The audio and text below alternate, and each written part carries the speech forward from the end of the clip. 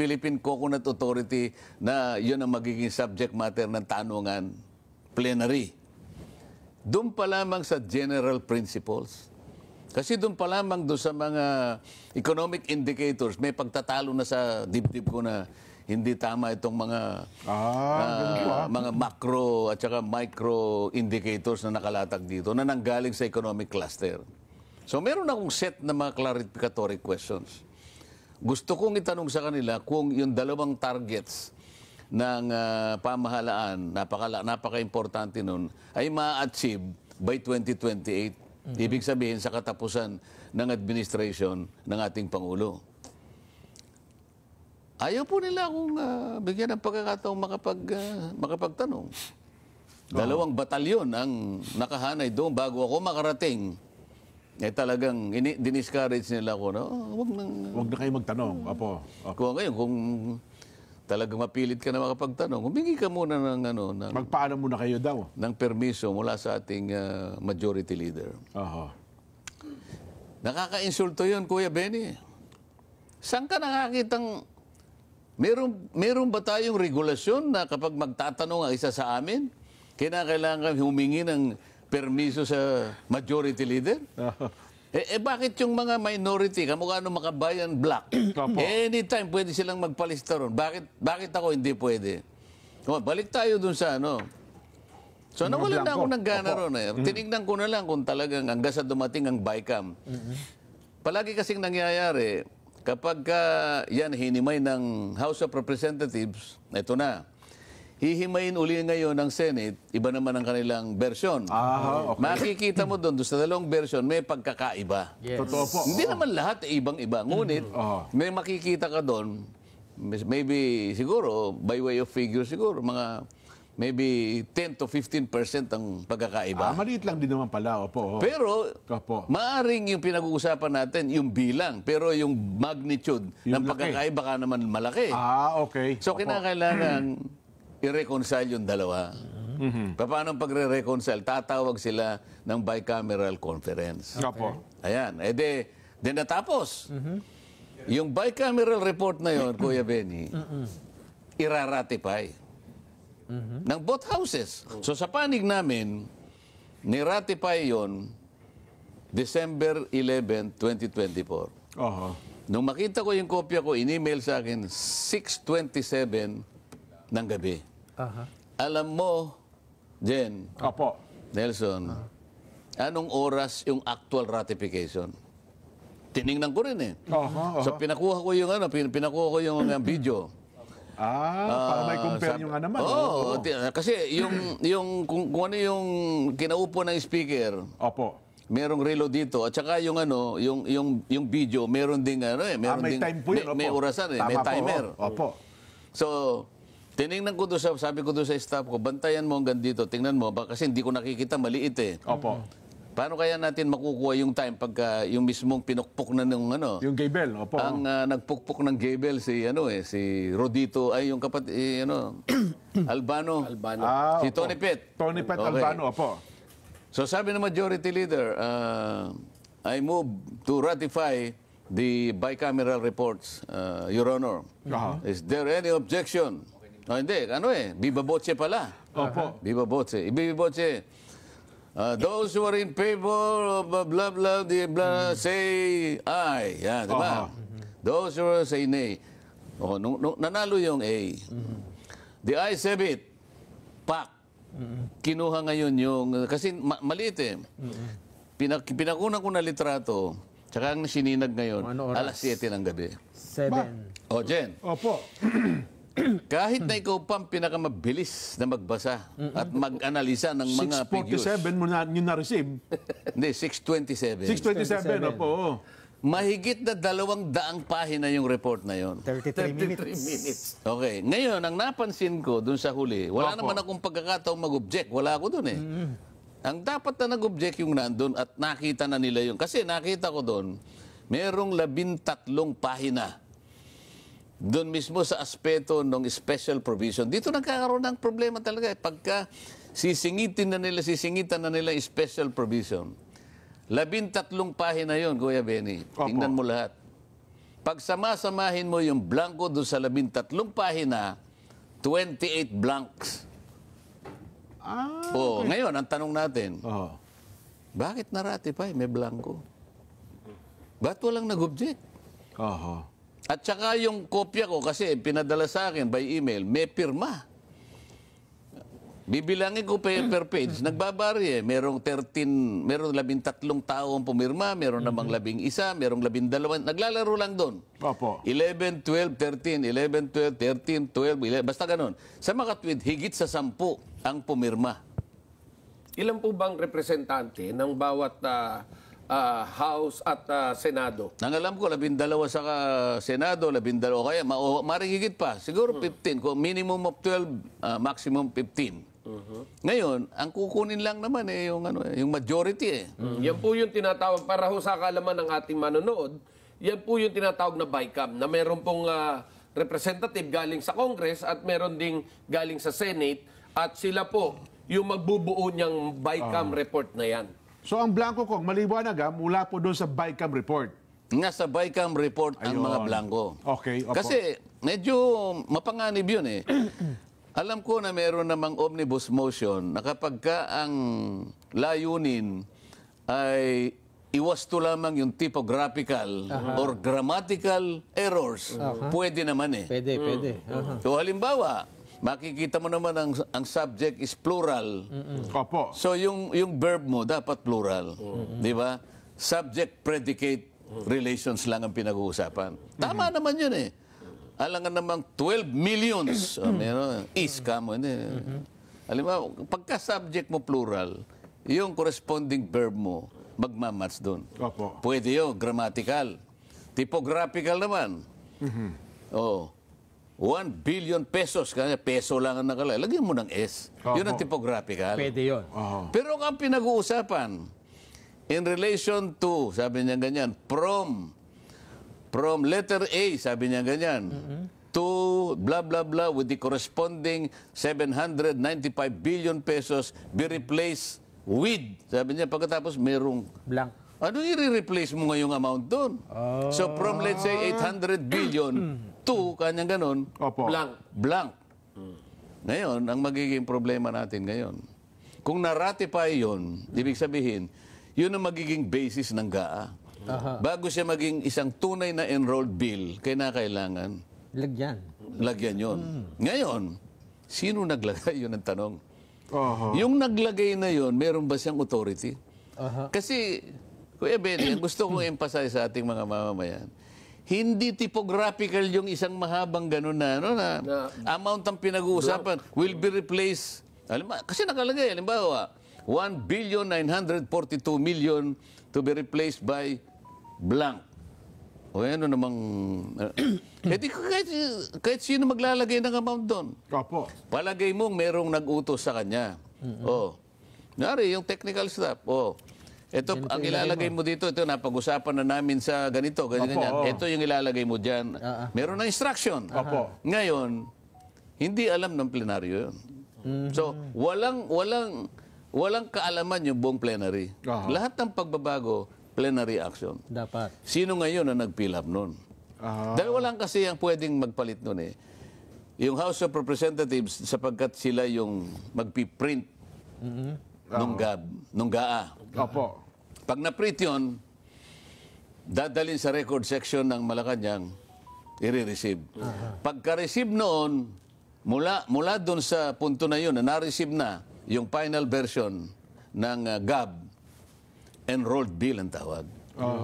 Naghihintay na ng Pirma ng Pangulo. pagpirma ng Pangulo. Ngayon ang tanong ko, kung hindi sa House, sa DBM, di ba? Pagkatapos pinila pa ng DBM nga, binalik sa pinrint ngayon sapagkat pinila pa ng DBM. Hindi ko sinasabing DBM pero dalawa lang ang pwedeng magpalit. Pero ang sabi nyo kung merong mga technical working group na sinabdivide para buuin ata Computation ng paliwanag nila ko hindi pa nako-compute. Di ba yung BICAM report sa pamamagitan po nung technical working group, parang 3 technical working group. Palagay mo na 10 technical working group. 10 na ano ngayon? So, Aywan ko lang kung baka yun ang hindi kaya doon nila binuo kung ano yung mga blanco na yun. Kasi pagdating daw po sa tanggapan ng Pangulo, Maaring mangyari yon. Ang sinasabi ko at ang tinatanong ko, yung bang technical working group may authority.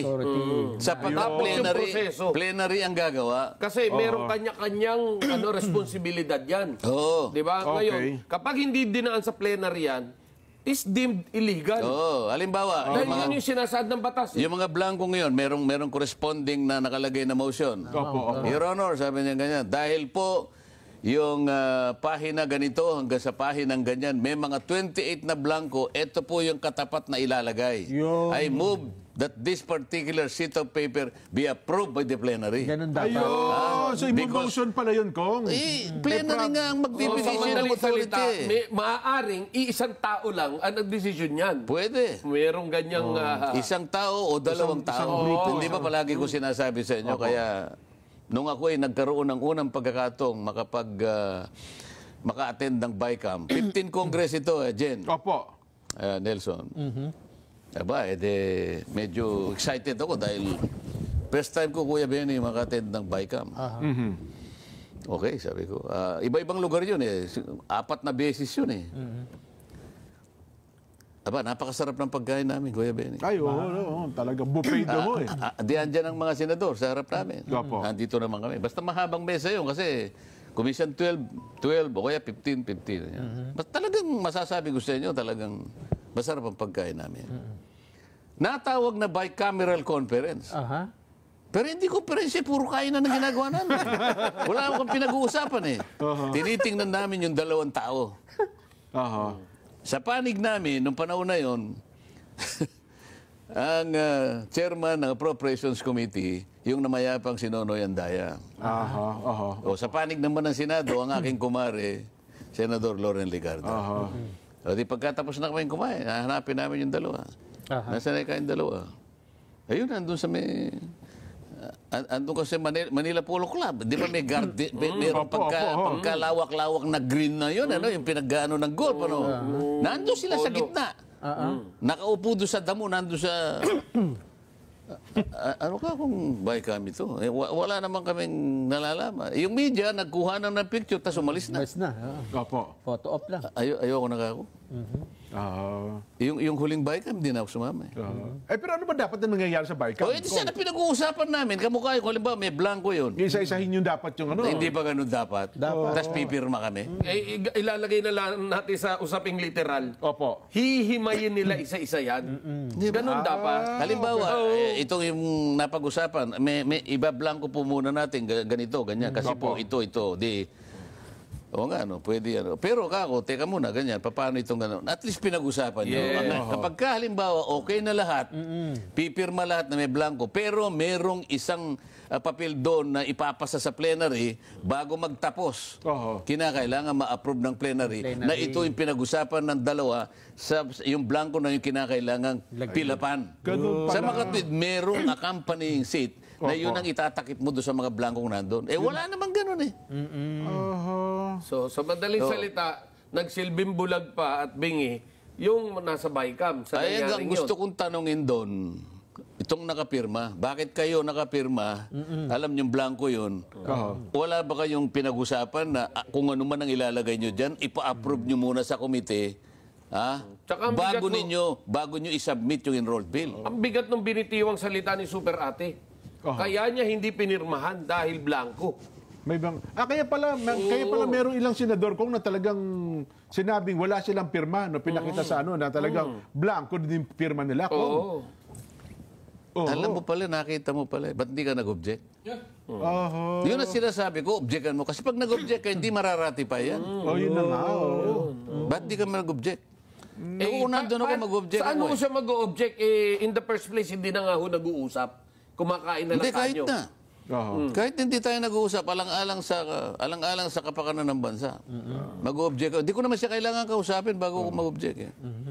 Kaya lang, hindi ako nakapag-object. Wala ako doon eh. So ibig sabihin ko, ang kasi wala rin hindi naman kami mababatas, hindi ba kami matin ng BICAM ano. So dapat ba doon, ito na yung BICAM, final na ito. Baka meron pa ba kayong tanong diyan? Di ba usually ganun ang gagawin? Dapat nga ganun, sapagkat nga komperensya ng kumbaga, kami yung representasyon nung 4 na buwan na pagtatalo. Ayun, opo. Kasi nga, i-reconcile na lang natin yung conflicting provisions para yung boto namin, Yung hindi- iisa na lang. Yun, Yun ang katwiran dun eh. Oho. So lahat ng hindi pagkakaunawaan, ng hindi pagkakaiba doon, bakit sa'yo ganito? Hindi, ganito kasi yan, ganyan. Oo. Hanggang sa medyo maayos namin, o sige, payag na kayo sa ganito. Oo, kasi ito, panakip natin dito talaga. Ayun. Binawasan nyo doon. Dito natin lagyan. Oo. In other words, ira-rationalize natin yung pinag-iba ng ating version. Ilalatag na maayos. Hindi sa puro blanco na lang yung... lalo naman siguro hindi nila pinag-usapan kung anong ilalagay doon. Oho. Bakit nauwi tayo sa 28? Ito yung pinakamabigat eh. Opo. Hindi ko naman sinasabing hindi mabigat yung blanco na medyo mahaba. Kasi sa laki ng figure, hindi naman pwedeng konti lang ang Opo. blanco mo kasi bilyon eh. Opo. Trilyon, oh. Kakasya. Hindi, yung karaniwan bilyon eh. Bilyon yung Oo. ano, bawat ahensya. Ilang ciphers ang bilyon, Kuya Benny? 3, 6, 9, siyam na 0. Siyam. Opo. Kasi pagka trillion, 12 eh, ciphers. Tapos meron ka pang 0.00. Opo. Oh, kaya mahaba dapat yung ano. Pero yung sa program appropriation, yung blanco niya ganun lang. Maliit lang. Konti lang. Alam mo kung bakit? Kasi sabi niya, the following should be replaced kanya from A Opo. A to, tapos ganun. Abay, napakarami nung ilang baka B, C, D, F, G. Halimbawa, from A to X, di napakaraming... A to Z. Akalain mo napakaliit. Oho. Pero kasi letter lang ilalagay B, mo. C, D, E, F, G, H, I, So, J, K. pwede mong itago dyan yung laki ng gusto mong itago. From A, kanya to, Blank. Zay. ganun lang, tapos period. Opo. Zay. Ay, paano kung yung hindi pala trillion yun. Eh, sa dami ng sinakop niya eh. Oh. Yan ang gusto kong pagtatanong sana. Magaling pala talaga. Iniisip talaga ng gusto mabuti pala yun. Bakit sasabihin nila, walang blanco? Eh, sino magsasabing walang blanco? Nakalimutan ko lang dalhin eh. Oho. Nakita nyo rin, may blanco talaga. Pero mamaya, nasa sasakyan ko, pakikita ko Pero sa inyo. yung blanco daw po, Dala-dala ko yung kopya ko eh. ang blanco daw po kasi ngayon yung yun nga ang BICAM. Pero ang punto naman nung nasa Malacanang, walang blanco nung pinirmahan na ng Wala Pangulo. nga blanco sapagkat nung enrolled bill In-enroll na, oo. meron na nagpilap eh. May nagpilap. Kaya ang tinatanong ko sa iyo, sino ba yung inutusan? Sino ba yung nag-utos? Nag-fill up Yung sa bang blank. inutusan na yun? Bilang linaw sa ating mga tagapanood, sa ating mga kapatid, Oh. doon sa daan mula sa DBM Mula sa BICAM. Mula sa BICAM. BICAM papuntang DBM. Oho. Yung dalawang yun, sino doon ang nag-fill up nang hindi dumaan sa plenaryo? Ayun. Kasi Diba? kailangan dumaan sa plenaryo yun pag may binago ka riyan eh. Oho. Yun. Kasi sa legal, tawagin yung blanco. Hindi naman, pagka legal, hindi mo sasabing blank eh. Oho. Material particular, sabi niya. So, ibig sabihin nun, blank. Lacking in material particular. Wala eh. Eh, ang problema kung nag-resign na po, nagbitaw na bilang chairman ng APRO yung chairman ninyo eh. So, ang problema nun. Hindi ka ba nakapirma ron? Ay, nakapirma ho Hindi kaya siya. siya nakapirma? Wala ba, nakapirma siya doon ko. O kaya Kasi di ba sa marami- experience sa dati, dalawang chairman lang ng APRO nag-uusap eh. APRO ng Senate, saka APRO ng Ako, Lower House. kaya ko sinasabi na dalawa lang tao nag-uusap. Sapagkat nakita ko mismo, nandun ako. Yung time yun, yung time yun. Maski yung isang nagsusulat sa isang dyaryo na malapad, nabasa ko. A conference of two, sabi niya eh. So palagay ko, siya rin alam niya, hanggang ngayon nangyayari yun. Ang sinasabi ko sa inyo, 15 Congress, 19 Congress ngayon. So Kung nakita ko ilang na- kongreso na nangyayari. O, palaging ganun eh. Oo. Kaya nga, ang palagi kong ina-advocate Nelson eh.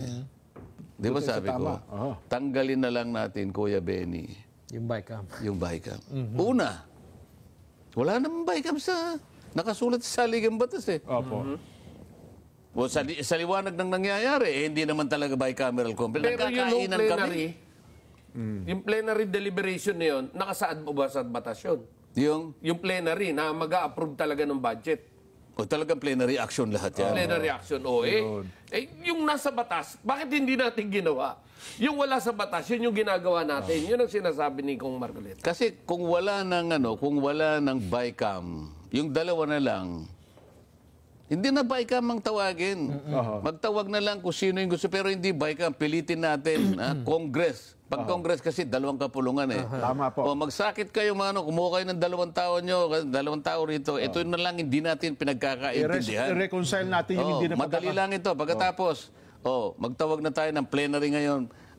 Approve nyo, approve namin. Ganun lang. Pero kung magtatawag ng bicameral conference na hindi naman talaga sila nagko-compare.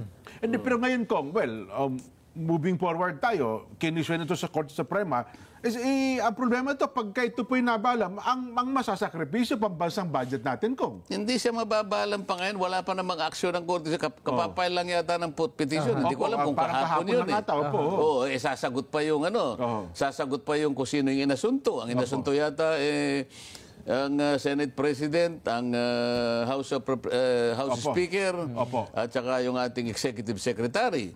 May proseso naman yan, alam nyo naman eh.